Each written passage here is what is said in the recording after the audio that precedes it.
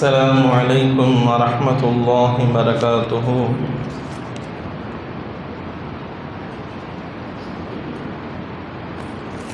الحمد لله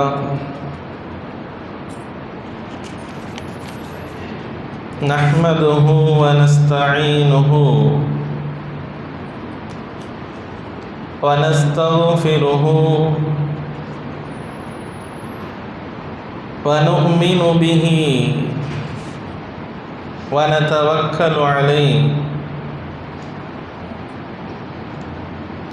ونعوذ بالله من شرور أنفسنا ومن سيئات أعمالنا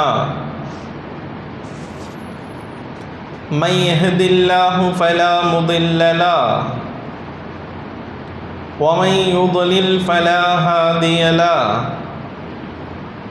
وأشهد أن لا إله إلا الله وحده لا شريك له وأشهد أن سيدنا ونبينا ومولانا محمدا عبده ورسوله.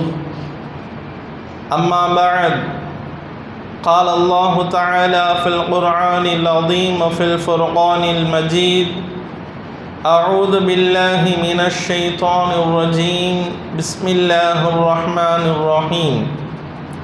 يا أيها الذين آمنوا إذا قمتم إلى الصلاة فاغسلوا وجوهكم وأيديكم إلى المرافق وامسحوا برؤوسكم وأرجلكم إلى الكعبين وإن كنتم جنبا فاطهروا. صدق الله مولانا العظيم. قال نبينا عليه الصلاة والسلام: الطهور نصف الإيمان. صدق رسول الله صلى الله عليه وسلم. رب اشرح لي صدري ويسر لي أمري واحلل عقدة من لساني يفقه قولي. ربي زدني علما سبحانك لا علم لنا إلا ما علمتنا إنك أنت العليم الحكيم. புகழனைத்தும் அல்லாஹ் ஒருவனுக்கே உரித்தாகட்டுமாக. ஸலாத்தும் சலாமும் ஈருலக தலைவர் முஹம்மது முஸ்தபா ரசூலுல்லாஹி ஸல்லல்லாஹு அலைஹி வஸல்லம் அன்னவர்களின் மீதும் அவர்களின் வழிமுறையை பின்பற்றி வாழ்ந்த உத்தம சத்திய சஹாபாக்கள், தாபிஈன்கள், தாபிஈன்கள், நல்லோர்கள், இறைநேச செல்வர்கள், சிறப்பு வாய்ந்த ஜுமாவினுடைய தினத்தில் அல்லாஹுக்கு விருப்பமான அவனுடைய இல்லத்திலே ஒன்று கூடியிருக்கின்ற வர இருக்கின்ற அத்துணை நபர்களின் மீதும் அல்லாஹ்வின் அன்பும் அருளும் என்றென்றும் நின்று நிலவட்டுமாக. ஆமீன். கண்ணியத்திற்கும் மிகுந்த மதிப்பிற்கும் உரித்தான் அல்லாஹ்வின் மேலான நல்லடியார்களே, நாம் சார்ந்திருக்கிற தீனுல் இஸ்லாம் என்கின்ற ஒரு மார்க்கம் உலகத்திற்கு சிறந்த கலாச்சாரங்களையும் சிறந்த பண்பாடுகளையும் ஒழுக்க நடைமுறைகளையும் சுத்தங்களையும் நமக்கு போதித்து தந்திருக்கின்ற ஒரு மார்க்கம். சின்ன சின்ன விஷயங்களாக இருந்தாலும் கூட அதிலும் நீங்கள் கவனமாக இருந்தால் உலகத்திற்கு ஆரோக்கியம். நீங்கள் அனைத்து விஷயங்களும் சுத்தத்தை பேணி நடப்ப வேண்டும் என்று சுத்தம் குறித்து பல்வேறு விதமான விஷயங்களை நமக்கு வலியுறுத்தி சொல்லியிருக்கின்ற ஒரு மார்க்கம். இந்த ஜுமாவில் நாம் சுத்தத்தினுடைய முக்கியத்துவத்தையும் சில சட்டதிட்டங்களையும் இன்ஷா அல்லாஹ் இந்த ஜுமாவிலே நாம் கேட்க இருக்கின்றோம். நமக்கு தெரிந்த சட்டங்களாக இருக்கலாம், சில நேரம் அதிலே பொடுபோக்காக இருக்கலாம். ஏனென்று சொன்னால் நம்முடைய அனைத்து வணக்க வழிபாடுகளுக்கும் சுத்தம் என்பது முக்கியமான ஒன்று. தூய்மை என்பது எந்த அளவுக்கு மார்க்கத்தில் வலியுறுத்தப்பட்டிருக்கிறது என்று சொன்னால், ஈமானோடு சேர்த்து பெருமானார் ஸல்லல்லாஹு அலைஹி வஸல்லம் அவர்கள் சொன்னார்கள், நீங்கள் தூய்மையாக இருப்பது, சுத்தமாக இருப்பது என்பது ஈமானில் ஒரு பகுதி. தூய்மை அப்படிங்கிறது ஒரு பேருக்கு சொல்வது கிடையாது. பெருமானார் அது எந்த அளவுக்கு முக்கியம் என்பதை நம்ம விளங்கப்படுத்துவதற்காக ஸல்லல்லாஹு அலைஹி வஸல்லம் சொல்லுவார்கள், அத்தஹூரு ஷத்ருல் ஈமான், ஈமானுடைய ஒரு பகுதி சுத்தமாக இருப்பது. நாம் சுத்தமாக இருப்பது, நாம் வாழுகின்ற இடங்களை சுத்தமாக வைத்துக் கொள்வது, உடலை சுத்தமாக தூய்மையாக வைத்துக் கொள்வது என்பது ஈமானுடைய ஒரு பிரிவு. அது சாதாரணமாக தூய்மை சுத்தம் என்று சொல்லிவிட்டு கடந்து விட்டு போகக்கூடிய ஒன்று கிடையாது. ஈமானோடு தொடர்புள்ள, நாம் சுத்தமாக இருப்பதற்கும் ஈமானுக்கும் தொடர்பு இருக்கிறது. ஈமானுடைய கிளைகள், ஈமானுடைய வழிமுறைகள் பல இருக்கிறது. அதில் ஒன்று தூய்மை. அதனால தான் ஸல்லல்லாஹு அலைஹி வஸல்லம் அவங்க நமக்கு விளங்கப்படுத்துகிறாங்க. அல்லாஹ் நமக்கு குர்ஆனிலே கட்டளை இடுகிறான் அல்லவா, யா அய்யுஹல்லதீன ஆமனு, ஈமான் கொண்டவர்களே, இதா குந்தும் இலஸ் ஸலாத்தி, தொழுகைக்காக வேண்டி நீங்கள் தயாரானால், ஃபக்ஸிலு உஜூஹக்கும், உங்களுடைய முகங்களை கழுவிக்கொள்ளுங்கள், வ ஐதியக்கும் இலல் மராஃபிக், உங்களுடைய கைகளை 2 முழங்கை வரை கழுவிக்கொள்ளுங்கள், வம்ஸஹு பிருஊசிக்கும், உங்களுடைய தலையிலே மசஹ் செய்து கொள்ளுங்கள், வ அர்ஜுலக்கும் இலல் கஅபைன், 2 கால்களையும் என்ன செய்யுங்க, கரண்டை மொழி வரை கழுவிக்கொள்ளுங்கள். வைன் குன்தும் ஜுனுபன், நீங்கள் பெருந்தொடக்கு ஏற்பட்டு கடுமையான குளிப்புக்கு உள்ளவர்களாக நீங்கள் ஆகிவிட்டீர்கள் என்று சொன்னால், ஃபத்தஹரு, அதிலிருந்து நீங்கள் என்ன செய்யுங்க, வேகமாக விரைவாக தூய்மையாகிக் கொள்ளுங்கள் என்று அல்லாஹ் தஆலா என்ன செய்கிறான், நமக்கு கட்டளையிடுகிறான். இதுதான் அல்லாஹ் குர்ஆனிலே தூய்மையை பற்றி அல்லாஹ் சொல்லுகின்ற ஒரு வார்த்தை. சுத்தத்தை பேணி நீங்கள் நடந்து கொள்ள வேண்டும்.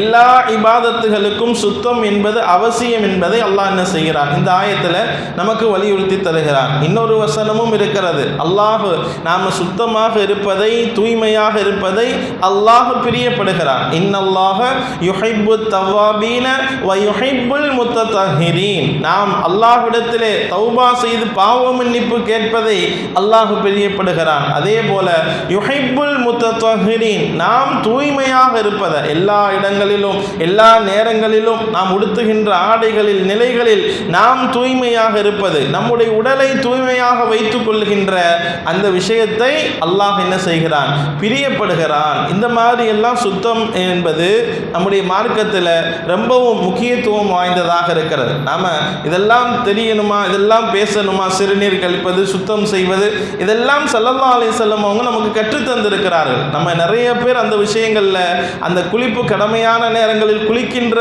அந்த நிலைகள் கூட தெரியாத சிலர் இருக்கத்தான் செய்கிறார்கள். அது எப்படி அந்த குளிப்பு கடமையானவர், அதை எப்படி தன்னை சுத்தப்படுத்திக் கொள்ள வேண்டும், அதையும் ஸல்லல்லாஹு அலைஹி வஸல்லம் சொல்லி தந்திருக்கிறார். அதையும் முறைகளை, வழிமுறைகளை பெருமானார் ஸல்லல்லாஹு அலைஹி வஸல்லம் காட்டி தந்திருக்கிறார். அதெல்லாம் நம்ம தெரிஞ்சுக்கிறதுக்காக வேண்டி இன்ஷா அல்லாஹ் நம்ம சொல்கிறோம்.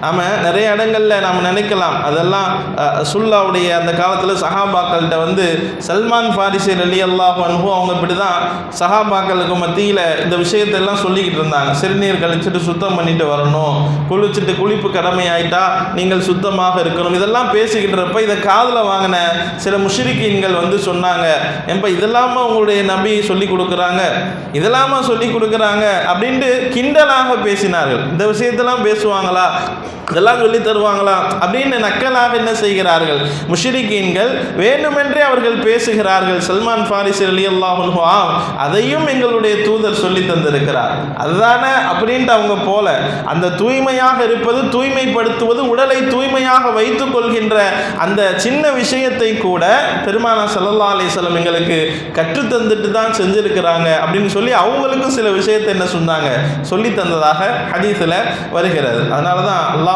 தஆலா ஆரம்பத்திலேயே, ஆரம்ப காலகட்டத்தில் ஸல்லல்லாஹு அலைஹி வஸல்லம் அவர்களுக்கு இறக்கிய வசனங்களிலே தூய்மையாக இருப்பதை குறித்தும் கட்டளையிடுகிறான். ஸல்லல்லாஹு அலைஹி வஸல்லம் அவங்களுக்கு முதல்ல ஹிரா குகையில் வஹி இறங்கியது. அதற்கு பின்னால் கொஞ்ச நாள் இடைவேளை இருந்தது. கொஞ்ச நாள் என்ன செய்யலை, வஹி இறங்காத ஒரு காலகட்டத்தில் வந்து சூழ்நிலை. ஸல்லல்லாஹு அலைஹி வஸல்லம் ஒரு பாதையில் நடந்து சென்று கொண்டு இருக்கிறார்கள், நடந்து போயிட்டு இருக்கிறாங்க. போகிற வழியில் ஜிப்ரீல் அலைஹிஸ்ஸலாம் அவர்கள் வருகை தருகிறார்கள். வானிலிருந்து இறங்குவதை பெருமானார் ஸல்லல்லாஹு அலைஹி வஸல்லம் பார்க்குறாங்க. பார்த்துட்டு மயங்கிட்டாங்க, மயக்கம் போட்டு விழுந்துட்டாங்க.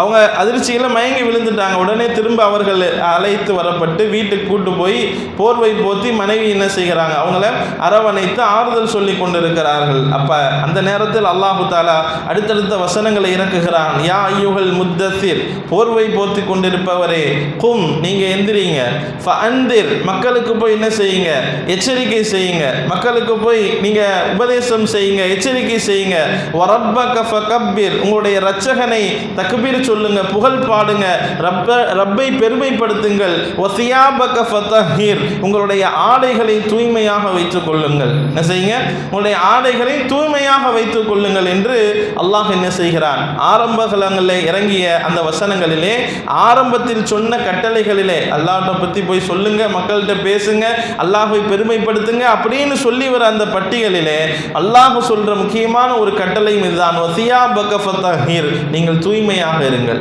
நீங்க சுத்தமாக இருங்க அப்படிங்கிற விஷயத்தையும் என்ன செய்கிறான், அல்லாஹ் தஆலா போதித்து தந்திருக்கிறான். அப்ப இந்த விஷயங்கள் எல்லாம் மார்க்கம் எந்த அளவுக்கு சுத்தத்திற்கு முக்கியத்துவம் தந்திருக்கிறதுங்கிறதுக்காண்டி சொல்றோம். அப்ப அல்லாஹ்வுக்கு விருப்பமான விஷயம் நாம தூய்மையா இருக்கிறது, நாம சுத்தமா இருக்கிறத அல்லாஹ் பிரியப்படுகிறான். நாம் இருக்கின்ற இடத்தை சுத்தமாக தூய்மையாக வைத்திருப்பதை அல்லாஹ் பிரியப்படுகிறான். அது ஈமானுடைய ஒரு பகுதி, ஒரு கிளை அப்படிங்கிறதை ரசூலுல்லாஹ் சொல்லி இருக்கிறாங்க அப்படிங்கிறத முதல்ல புரிஞ்சுக்கணும். அடுத்து இந்த சுத்தத்தினுடைய விஷயத்துல நாம் பொதுபோக்காக இருந்தால் நாம் கேள்விப்பட்டிருப்போம், சுத்தத்திலே நீங்கள் கவனக்குறைவாக இருப்பது கபருடைய வேதனை வரைக்கும் உங்களை கொண்டு வந்து சேர்க்கிறது. நம்ம அடிக்கடி கேள்விப்படுற ஒரு ஹதீஸ் தான். ஸல்லல்லாஹு அலைஹி வஸல்லம் அவங்க கபர்களை கடந்து செல்கிறார்கள். கடந்து செல்றப்ப அங்கு வேதனை செய்யப்படுகிறது, இந்த கபரில் வேதனை நடக்கிறது அப்படின்னு சொல்லிட்டு ரெண்டு விஷயத்தை சொல்றாங்க. எதனால தெரியுமா, இவங்களுக்கு நடக்கின்ற வேதனை பெரிய விஷயத்திற்காக வேண்டியெல்லாம் கிடையாது, பெரிய அவங்க தப்பு பண்ணதுக்கு பெரிய பெரிய குற்றத்திற்காக வேண்டி அவர்கள் வேதனை செய்யப்படல.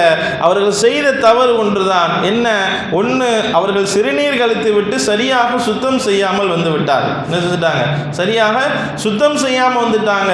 இன்னொருவர் கோல் சொல்லி கொண்டு தெரிந்தார் என்று பெருமானார் ஸல்லல்லாஹு அலைஹி வஸல்லம் அவங்க ஹதீஸில் சொன்னார்கள் அல்லவா. நாம் சாதாரணமாக நினைக்கலாம் சுத்தம் தானே அப்படின்னு நாம் பொதுபோக்காக அதை விட்டுவிடக்கூடாது. நாம் எங்கெங்கெல்லாம் சுத்தத்தை நம்ம கையாளுகிறோமோ அங்கெல்லாம் பரிபூரணமாக நம்ம செய்கிறோமா அப்படிங்கிறத யோசிக்கணும். ஏன்னா இன்னைக்கு அதுதான், நம்ம ஒழு செய்கிறோம், பரிபூரணமாக அந்த ஒழு நம்ம இடத்துல இருக்கிறதா, குளிப்பு கடமையான குளிக்கிறோம், பரிபூரணமாக குளிக்கிறோமா, தூய்மையாகிறோமா, சிறுநீர் கழிக்கிறோம், பரிபூரணமாக சுத்தம் செஞ்சுட்டு வந்துடுறோமா, அறகுறையா வந்துடுறோம், இதெல்லாம் யோசிக்கணும். ஏன்னா அங்கே கொஞ்சம் மிஸ் ஆச்சுன்னு சொன்னால் ஒழு சுத்தத்தில் அடியாச்சுன்னா ஒழு கூடாது, ஒழு கூடாமல் போனால் தொழுகை கூடாது. நம்ம அடிப்படை சுத்தம். அதனால தான் எல்லா ஃபிக்குடைய கிதாபில் ஃபஸ்ட்டு பாடமே கிதாபு தஹாரத்து தான், சுத்தம் பற்றிய ஒரு பாடம். சுத்தம் தான் பேசிக்கான ஒன்று, பேசிக்கான சட்டம், அதை தெரிஞ்சுக்கிற வேணும் அப்படின்ட்டு அடிப்படையான முதல் மார்க்க சட்டங்கள் சொல்லி தருகின்ற பாடங்களில் முதல்ல நமக்கு சொல்லித்தரது எது,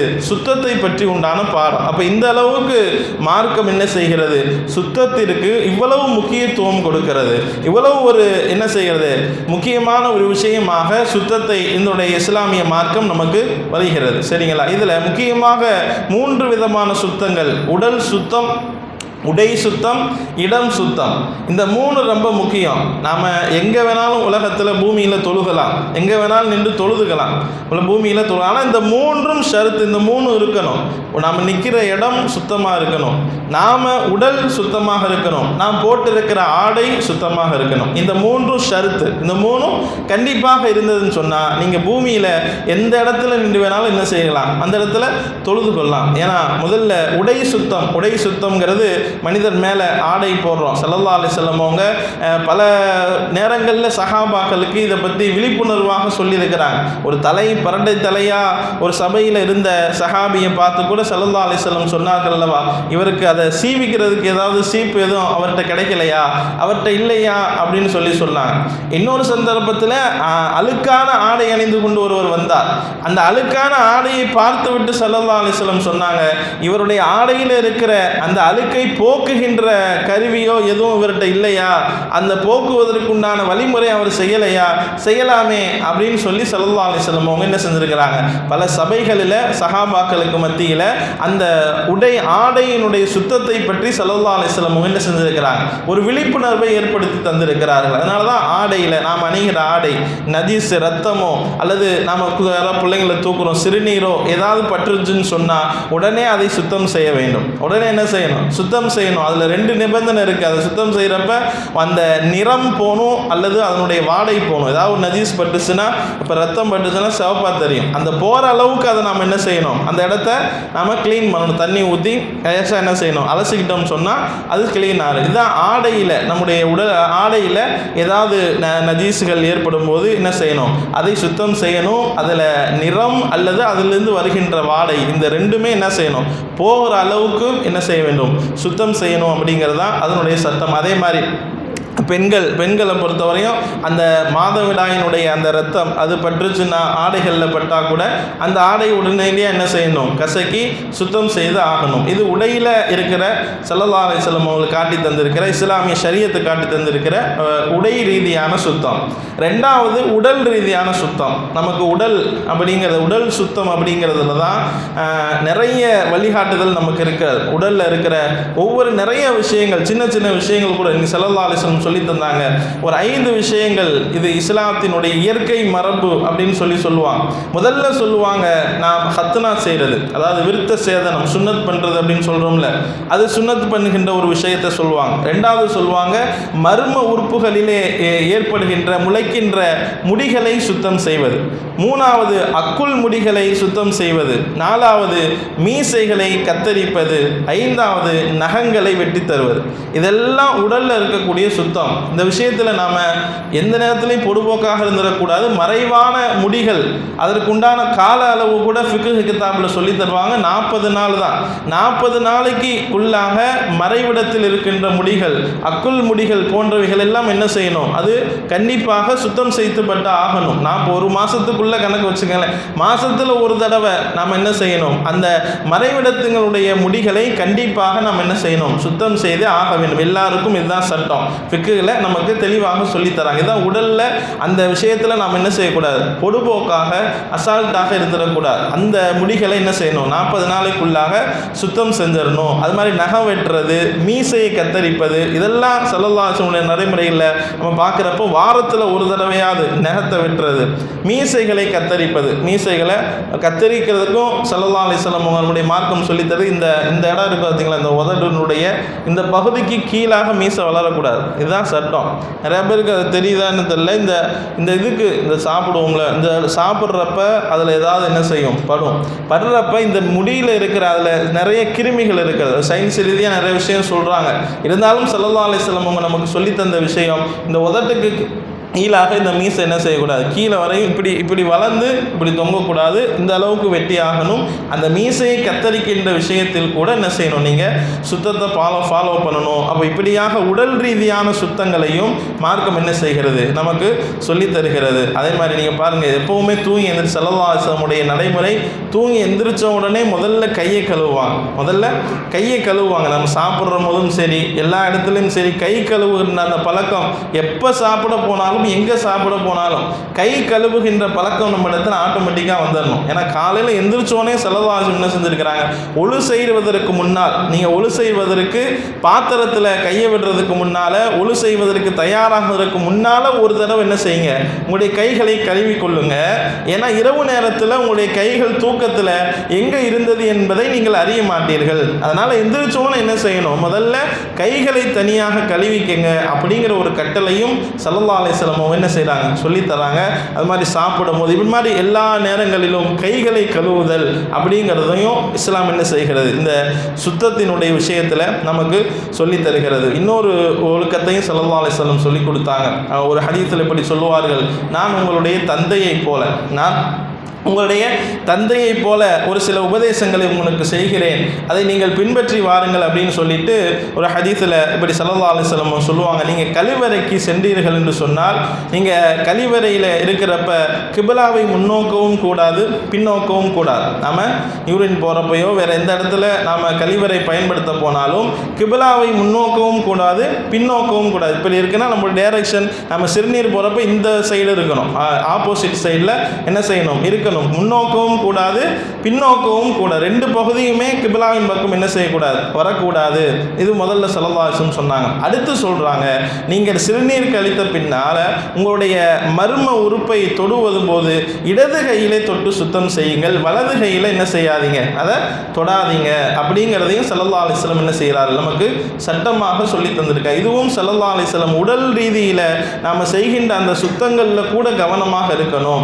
இடது கையில் நீங்கள் அந்த சுத்தத்தை செய்வதற்கு என்ன செய்யணும், இடது கரத்தை பயன்படுத்தணும் அப்படிங்கிறத நபிகள் நாயகம் ஸல்லல்லாஹு அலைஹி வஸல்லம் அவங்க சொல்லித்தராங்க. இதையும் ஸல்லல்லாஹு அலைஹி வஸல்லம் நம்முடைய சமுதாயத்திற்கு ஒரு உபதேசமாக சொல்லித்தராங்க. அப்போ இது உடல் ரீதியான சுத்தம். உடல் ரீதியான சுத்தத்தில் இன்னொரு விஷயம் இருக்குது, அதை நான் அடுத்து பின்னால் சொல்கிறேன். மூன்றாவது விஷயம் இடம் சுத்தம். நாம் இருக்கிற எந்த இடமா, நம்ம வீடாக இருந்தாலும் சரி, நம்ம இருக்கிற எந்த இடமாலும் சரி, இடம் சுத்தமாக வைத்திருப்பதையும் ஸல்லல்லாஹு அலைஹி வஸல்லம் அவங்க நமக்கு சொல்லித்தராங்க. எந்த இடத்துலையும் நீங்கள் நல்லா தான் சொல்லுவாங்க அல்லவா, சாபத்திற்குரிய 2 செயல்களை விட்டும் நீங்கள் தவிர்ந்து கொள்ளுங்கள் அப்படின்னு ஸல்லல்லாஹு அலைஹி வஸல்லம் சொல்லுவாங்க. சாபத்திற்குரிய அந்த 2 செயலை நீங்கள் செஞ்சீங்கன்னா மக்கள் உங்களை சாப விடுவாங்க. 2 செயலும் சாபத்திற்குரிய செயல் அப்படின்னு சொல்லிட்டு ஸல்லல்லாஹு அலைஹி வஸல்லம் சொல்கிறாங்க. ஒன்று, மக்கள் நடக்கும் பாதையில் சிறுநீர் கழிப்பது, மக்கள் நடந்து சென்று கொண்டிருக்கிற பாதையில் சிறுநீர் கழிப்பது. இன்னொன்று மக்களுக்கு நிழல் தருகின்ற இடங்கள், நிழலான இடங்கள் இருக்கிறதோல அங்கே நின்று சிறுநீர் கழிப்பது. இந்த 2ஐ விட்டும் நீங்கள் தவிர்ந்து கொள்ளுங்கள். இந்த 2ஐ நீங்கள் செஞ்சீங்கன்னா மக்களுடைய சாபத்திற்கு நீங்கள் ஆளாகிவிடும், உங்களை திட்ட ஆரம்பிச்சிருவாங்க. இதுதானே உண்மை. இது ஸல்லல்லாஹு அலைஹி வஸல்லம் அவங்க அன்னைக்கே சொல்லிட்டாங்க. இப்போ ரோட்டில் யாராவது யூரின் பேஞ்சிக்கிட்டு இருந்தால், யூரின் பாஸ் பண்ணிக்கிட்டு இருந்தால், சாதாரணமே அவன்கிட்ட போய் சொல்கிறோமோ இல்லையோ தனியாவது திட்டிட்டு போயிடுவோம். அல்லது யாராவது ஒதுங்குற இடம், நிழல்கள், மரத்தினுடைய நிழல் ஒதுங்குற இடம், அந்த இடங்கள்லையும் நாம் இது போன்ற அங்கே போய் நின்று யூரின் போயிட்டு இருந்தோம்லாம் கூட அங்கேயும் திட்டுவாங்க. பார்த்தா அந்த 2 விஷயத்தை நீங்கள் என்ன செஞ்சுக்கணும், தவிர்ந்திருக்கணும். காரணம், அந்த இடங்களை சுத்தமாக வச்சுக்கணும். நீங்கள் எச்சி துப்புறதா, அதையும் சொன்னாங்க ஸல்லல்லாஹு அலைஹி வஸல்லம். நம்ம ரோட்டில் போயிட்டு இருக்கிறோம், எச்சி துப்புறதா இருந்தால் கூட அந்த எச்சி துப்புதலில் கூட நீங்கள் கிபிலாவும் பக்கம் துப்பக்கூடாது, வலது பக்கம் துப்பக்கூடாது, இடது பக்கமாக துப்புங்க அப்படிங்கிறத ஸல்லல்லாஹு அலைஹி வஸல்லம் சொல்லி தந்திருக்கிறாங்க. இதுவும் நாம் பாதையில் நாம் இருக்கின்ற அந்த இடங்களில் சுத்தமாக வைத்துக்கொள்ள வேண்டும் என்பதை குறித்து ஸல்லல்லாஹு அலைஹி வஸல்லம் அவங்க என்ன செய்றாங்க, நமக்கு இப்படியான வழிகாட்டுதல் எல்லாம் என்ன செஞ்சுருக்கிறாங்க, நமக்கு சொல்லி தந்திருக்கிறாங்க. அப்போ இதெல்லாம் இடம் சுத்தமாக. அப்போ ஆக மொத்தத்தில் இந்த 3 சுத்தங்களையும் பெருமானார் ஸல்லல்லாஹு அலைஹி வஸல்லம் அவர்கள் வலியுறுத்தி சொல்லியிருக்கிறார்கள். நம்முடைய உடை, நாம் போடுகின்ற உடை சுத்தமாக இருத்தல். 2வது இடம், நாம் எங்கே இருக்கிறோமோ அந்த இடம், நம்மை சுற்றி இருக்கிற இடம், நம்ம சார்ந்து இருக்கிற இடம், அதை சுத்தமாக வச்சுக்கிறது. 3வது உடல், நம்முடைய உடல் சுத்தமாக இருப்பது. இந்த உடல் சுத்தத்தில் தான் முக்கியமான விஷயம், 2 விதமான தொடக்குகள் நமக்கு ஏற்படுகிறது. நம்ம ஒன்று சிறு தொடக்கு, பெருந்தொடக்கு அப்படின்னு சொல்லி தருவாங்க. கொஞ்சம் சட்டம் மாதிரி தான் போகும், பயான் மாதிரி இருக்காது. இருந்தாலும் எல்லாரும் தெரிஞ்சுக்கணும் அப்படிங்கிறதுக்காண்டி இன்ஷா அல்லாஹ் நம்ம சொல்கிறோம். சிறு தொடக்கு அப்படிங்கிறது நாம் சாதாரணமாக மலம் ஜலம் கழிக்கிறது, அதை தான் சிறு தொடக்கு என்று சொல்வோம். இந்த சிறு தொடக்கிலிருந்து நம்மை தூய்மைப்படுத்துவதற்கு தான் ஒழு இருக்கிறது. இந்த சிறு தொடக்கு ஏற்பட்டுருச்சு, நம்ம ஏதாவது கழிவறைக்கு போயிட்டோம் அல்லது யூரின் போயிட்டோம் அப்படின்னு சொன்னால் அப்போ என்ன செய்யணும், ஒழு செஞ்சால் அந்த சிறு தொடக்கிலிருந்து நாம் என்ன செய்வோம், நாம் சரியாயிடுவோம், சுத்தமாயிடுவோம். அந்த சிறு தொடக்கிலிருந்து நாம் சுத்தம் பண்ணுவதில் தான் நாம் என்ன செய்யணும், கவனமாக இருக்கணும். ஸல்லல்லாஹு அலைஹி வஸல்லம் அவங்க அதற்கு பல வழிகளையும் சொல்லியிருக்கிறாங்க. பல நேரங்களில் பல வழிமுறைகளையும் சஹாபாக்களோடு சேர்ந்து பயணம் செய்கிற சூழ்நிலையில் இந்த ரீதியாகவும் கற்று தந்திருக்கிறாங்க. இப்போ வெளியில் பயணத்தில் போய்க்கிறப்ப நாம் யூரின் போகிறோம், அங்கே தண்ணி கிடைக்கல, என்ன செய்கிறது, ஸல்லல்லாஹு அலைஹி வஸல்லம் கற்களை வைத்து சுத்தம் செய்யணும் அப்படிங்கிறதையும் சொல்லி தந்திருக்கிறாங்க. தண்ணி கிடைக்கல அப்படின்ட்டு விட்டுறக்கூடாது. நம்ம பயணத்தில் போயிட்டு இருக்கிறோம், ஏதோ அவுட்டரில் இருக்கீங்க, நீங்கள் போயிட்டீங்க, சிறுநீர் போயிட்டோம் அப்படின்னு சொன்னால் அப்போ அதை எப்படி சுத்தம் பண்ணுறது, அதிலிருந்து எப்படி நம்ம தூய்மையாகிறது அப்படின்னா நம்ம கல்லால் வைத்து நீங்கள் தூய்மைப்படுத்திக் கொள்ளுங்கள், தண்ணீரால் தூய்மைப்படுத்துங்கள், அது முழுமையான தூய்மை. அது கிடைக்காத பட்சத்தில் பயணத்தில் இருக்கிற சூழ்நிலையில் நமக்கு இந்த மாதிரியான சூழ்நிலை ஏற்பட்டது என்று சொன்னால் அந்த நேரத்தில் நீங்கள் என்ன செய்யணும், கல்லை வைத்து தூய்மைப்படுத்திக் கொள்ளுங்க. அந்த கற்களில் ஒற்றைப்படையாக பயன்படுத்துங்க. 1 கல்லோ அல்லது 3 கல்லோ அல்லது 5 கல்லோ பயன்படுத்தி நீங்கள் என்ன செய்யணும், அந்த இடத்த சுத்தம் செஞ்சுக்கங்க அப்படிங்கிறத ஸல்லல்லாஹு அலைஹி வஸல்லம் அவங்க என்ன செய்கிறாங்க, அந்த வழிமுறையை கூட என்ன செய்திருக்கிறார்கள், நமக்கு சொல்லி தந்திருக்கிறார்கள். அதனால தான் நம்ம சிறுநீருடைய விஷயத்தில் அதிலிருந்து தூய்மையாக, அது ஒரு சிறு தொடக்கு, நமக்கு ஏற்பட்டிருக்கிற ஒரு சிறு தொடக்கு, அதிலிருந்து என்ன செய்யணும், நாம் தூய்மை ஆகணும்னு சொன்னால் அதை பரிபூர்ண பரிபூரணமாக நாம் கழுவணும். ரெண்டாவது அதற்கு பின்னால் ஒழு செய்வதன் மூலமாக என்ன செய்கிறோம், நாம் சிறு தொடக்கிலிருந்து தூய்மையாகிறோம். ரெண்டாவது பெருந்தொடக்குனா ஆண்களுக்கு இந்திரியம் வெளியாகுது. இதுதான் குளிப்பு கடமையான குளிப்பு கடமையாச்சு அப்படின்னு சொல்லுவோம். இப்போ இந்திரியம் வெளியாகனா அவர் என்ன செய்யணும், கண்டிப்பாக குளித்தாகணும். குளிப்பு கடமையான குளிப்பு அப்படிங்கிறது 3 நிலைகளில் வரும். ஒன்று, இந்த மாதிரி நாம் தூக்கத்தில் இருக்கிறப்ப, தூக்கத்தில் இருந்து நமக்கு கனவின் மூலமாகவோ அல்லது தூக்கத்திலேயோ ஒவ்வொரு ஆண்களுக்கு நமக்கு வெளியாயிடுச்சு அப்படின்னு சொன்னால், இந்திரியம் ஏற்பட்டது என்று சொன்னால் அவர்கள் என்ன செய்யணும், அவர் மீது குளிப்பது கடமையாக ஆகிவிடும். ரெண்டாவது, கணவன் மனைவி சேருகிறப்ப அவர்கள் சேர்ந்திருந்ததற்கு பின்னால் என்ன செய்யணும், கண்டிப்பாக குளிக்கணும். ரெண்டாவது நிலை. மூணாவது நிலை என்னன்னா, மாதவிடாய் ஏற்பட்டு இருக்கக்கூடிய அந்த பெண்கள், மாதவிடாய் ஏற்பட்டு இருக்கிற பெண்கள் அல்லது பிரசவத்தினுடைய இரத்தப்போக்கு ஏற்பட்டு இருக்கிற பெண்கள், அதனுடைய நாள் முடிஞ்ச பின்னால் என்ன செய்யணும், கண்டிப்பாக குளிச்சாகணும். இது அவர்கள் மீது கடமை. நாலாவது விஷயம், ஒருவர் மரணித்து விட்டார் அப்படின்னு சொன்னால், அந்த மரணித்த ஒருவரை சமுதாய மக்கள் எல்லாம் சேர்ந்து குளிப்பாட்டுவது கடமை. இந்த 4 குளிப்புகளும் கட்டாயம் செய்தே ஆக வேண்டும். இது செய்யலைன்னா நம்ம பாவத்திலேயே இருப்போம், பெரிய நஜீஸிலேயே இருந்து கொண்டு இருப்போம். இந்த 4 நிலையில் ஒருவருக்கு இந்திரியம் வெளிப்பட்டால், கணவன் மனைவி சேர்ந்து இருந்து விட்டால், பெண்களை பொறுத்தவரை அந்த மாதவிடாய் காலங்கள் முடிந்து விட்டால், 4வது ஒருவர் மரணித்து விட்டால், இந்த 4 சூழ்நிலையில் ஒருவர் அவசியம் என்ன செய்ய வேண்டும், குளிப்பை நிறைவேற்றி ஆக வேண்டும். சரி, எப்படி நிறைவேற்றணும், ஸல்லல்லாஹு அலைஹி வஸல்லம் உடைய குளிப்பு எப்படி இருந்தது அப்படிங்கிறதையும் நாம் என்ன செய்யலாம், ஹதீஸில் நாம் பார்க்கலாம். பெருமானார் ஸல்லல்லாஹு அலைஹி வஸல்லம் இந்த மாதிரியான சூழ்நிலையில் ஸல்லல்லாஹு அலைஹி வஸல்லம் உடைய குளிப்பு எப்படி இருந்துச்சுன்னா, முதல்ல நமக்கு அந்த மர்ம உறுப்பை கழுவுவார்கள். முதல்ல அந்த மறைவிடத்தை கழுவணும், சுத்தம் பண்ணணும். இந்த கடமையான குளிப்புக்கு பின்னால் நாம் குளிக்கிறப்ப முதல்ல என்ன செய்யணும், அந்த மறைவிடத்தை எந்தெந்த இடத்துல நஜீஸ் பட்டு இருக்கிறதோ அதை கழுவி சுத்தம் செய்து கொள்ள வேண்டும். இதில் ஒரு விஷயத்தை நாம் புரிஞ்சுக்கணும். நம்ம இரவு நேரங்களில் கணவன் மனைவியோடு சேர்ந்து இருக்கிறோம், ஆனால் நம்ம காலையில் தான் குளிக்கிறோம் அப்படின்னு சொல்லியிருந்தா, நம்ம முதல்ல எல்லாரும் செய்ய வேண்டியது உடனே அந்த மறைவிடத்தை சுத்தம் செய்துவிட்டு ஒழு செய்து கொள்ள வேண்டும். இதுதான் முறை. நிறைய பேர் தெரியுதானு தெரியல. இதை தான் ஃபாலோ பண்ணணும். அந்த காலையில் நம்ம குளிச்சுக்குவோம், காலையில் எந்திரிச்சு குளிச்சுக்கலாம் நினச்சிருப்போம்.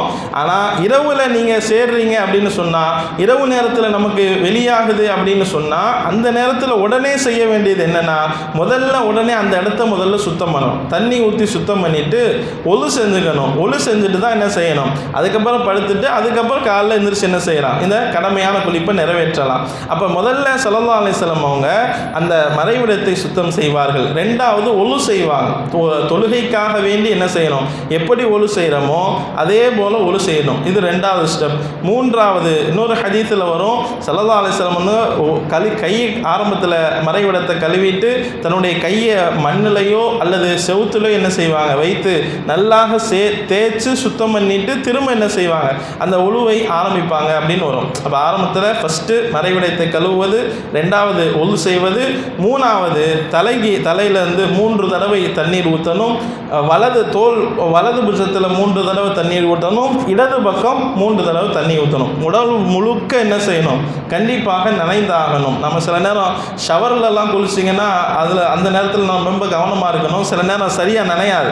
ஷவரில் குளிக்கிறப்ப சில இடங்கள், குறிப்பாக அந்த விரலினுடைய இடுக்காக இருக்கட்டும், இந்த பகுதி உதட்டினுடைய கீழ்ப்பகுதியாக இருக்கட்டும், முடிக்கு உள்ளாக எல்லா முடியுமே நம்ம இந்த கடமையான குளிப்பு நிறைவேற்றப்ப உடல் முழுவதும் நனைந்திருக்கணும் அப்படிங்கிறது முக்கியமான நிபந்தனை. அதனால தான் முடிகள் எல்லாம் என்ன செய்யணும், முடிக்கு உள்ளாக நிறைய முடி வச்சுருந்தோம்னு சொன்னால் முடிக்கு உள்ளாரையும் தண்ணீர் போகிற அளவுக்கு என்ன செய்யணும், நம்ம தேய்ச்சி ஃபுல்லாக அந்த தண்ணி எல்லா பக்கமும் படுற அளவுக்கு என்ன செய்யணும், நாம் அந்த குளிப்பை நிறைவேற்றணும். இதுதான் உடல் ஃபுல்லாக கழுவணும். தலைக்கு ஊற்றிட்டு வலது பக்கம் 3 தடவை ஊற்றுவாங்க, இடது பக்கம் 3 தடவை ஊற்றுவாங்க. இதில் எல்லாத்துலேயும் என்ன செய்யணும், உடல் முழுக்க சுத்தம் பண்ணிடணும். இதுதான் அந்த குளிப்பினுடைய முறை. முதல்ல அதை இடத்த கழுவிக்கணும், ரெண்டாவது சுத்தம் பண்ணிக்கிறது, ஒழு செஞ்சுக்கிறது, மூன்றாவது என்ன செய்யுது, உடல் முழுக்க நனைந்திருக்க வேண்டும். இந்த 3ம் ஸல்லல்லாஹு அலைஹி வஸல்லம் வழிமுறை. இதை வச்சு தான் ஃபிக்ஹுல சட்டங்கள் எழுதி தருவார்கள். குளிப்பு கடமையினுடைய ஃபர்லுகள் 3. 1, நியத்து வைக்கணும். நான் என்ன செய்கிறேன், இந்த கடமையான குளிப்பை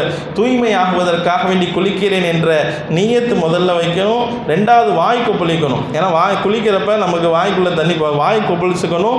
3 மூன்றாவது நாசிற்கு மூக்கு என்ன செய்யணும், சுத்தம் பண்ணிக்கணும். இந்த மூன்றும் கண்டிப்பாக செய்யணும். இந்த மூன்று அவசியம். இது எப்போ ஃபர்லான குளிப்புகள், கடமையான குளிப்பை நிறைவேற்றுறதுக்கப்ப முதல்ல நியத்து வச்சுக்கணும். நான் இந்த அசுத்தத்திலேருந்து தூய்மையாகுவதற்காக நீ குளிக்கிறேன் நியத்து வைக்கணும்.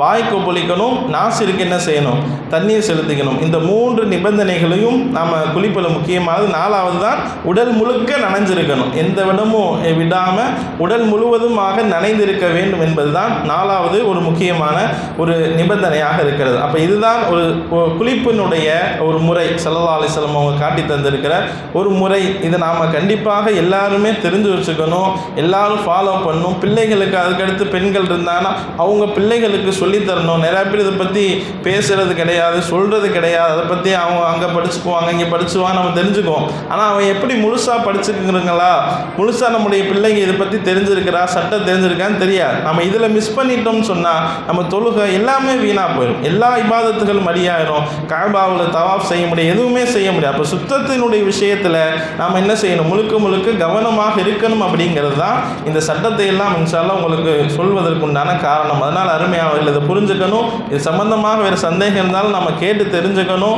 இந்த விஷயங்களில் இந்த பேசிக்கான எல்லா சுத்தமாக மொத்தத்தில் எந்த சுத்தமான விஷயமாக இருக்கட்டும், சுத்தத்தினுடைய விஷயத்தில் கவனமாக சிறுநீர் கழித்து விட்டு சுத்தம் செய்வதாக இருந்தாலும் சரி, குளிப்பு கடமையான குளிப்பை நிறைவேற்றுகின்ற பொழுது சுத்தம் செய்கின்ற குளிப்பாக இருந்தாலும் சரி, பரிபூர்ணமாக செய்யுங்கள், அவசரப்படாதீங்க. அதில் அவசரம் காட்டணும்னு சொன்னால் சரியாக நாம் சுத்தம் பண்ணாத ஒரு சூழ்நிலை அங்கே ஏற்பட்டுவிடும். சரியாக சுத்தம் பண்ணாட்டி நம்முடைய குளிப்புகளும் நம்முடைய ஒழுவும் எதுவுமே என்ன செய்யாது, கூடாமல் போயிடும். அதனால் அந்த விஷயத்தில் என்ன செய்யணும், கவனமாக இருக்கணும். தெரியாத கேட்டு தெரிஞ்சுக்கணும். இது போன்ற விஷயங்களை எல்லாம் நாம் என்ன செஞ்சுக்கணும், தெரிஞ்சு வச்சுக்கணும். மார்க்கம் நம்முடைய மார்க்கம் நமக்கு சுத்த விஷயத்தில் இவ்வளவு முக்கியத்துவங்களை, நமக்கு இவ்வளவு விஷயங்களை நமக்கு போதித்து தந்திருக்கிறது.